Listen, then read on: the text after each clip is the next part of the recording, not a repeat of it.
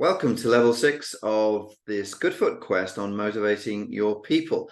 So we thought we'd offer a few tips to take back with you to the workplace so that you can build a highly motivational atmosphere within the team that you work with.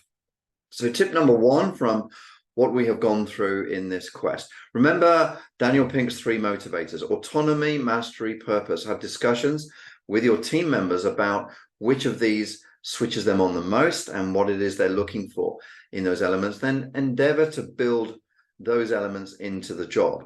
Then you'd ask the team members, look, what do you want for your career, for your work, day-to-day work, and for support? And again, get a wish list. This is what I'd ideally like.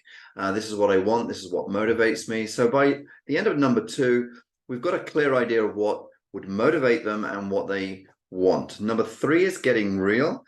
And it's saying, I want to give you as much of what you want as possible, but there are expectations. I will work to give you what you want, but I'm going to build an expectations discussion into my communications with you so that we're clear on what I expect from you, what I do not expect, what you can expect from me, and what you cannot expect. Motivate your team, number 4, by being a model of motivation. If you bring motivation into the team itself, then they will pick that up as an atmosphere and naturally be motivated. And remember, there were 7 techniques you could use to beef up the motivation you might bring in.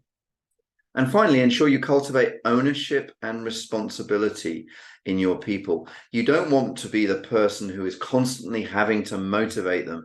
They should own and they should be responsible for their own motivation and for their work effort and their input and their output. And of course, you're going to help them as much as possible. You're going to facilitate. That's your job as a manager, to help them perform and thereby to establish themselves as very, very good, trustworthy people with full ownership and responsibility. So that's the journey through motivating your people. Thank you for joining us on this Goodfoot quest. And we look forward to you bringing new motivational techniques into your team.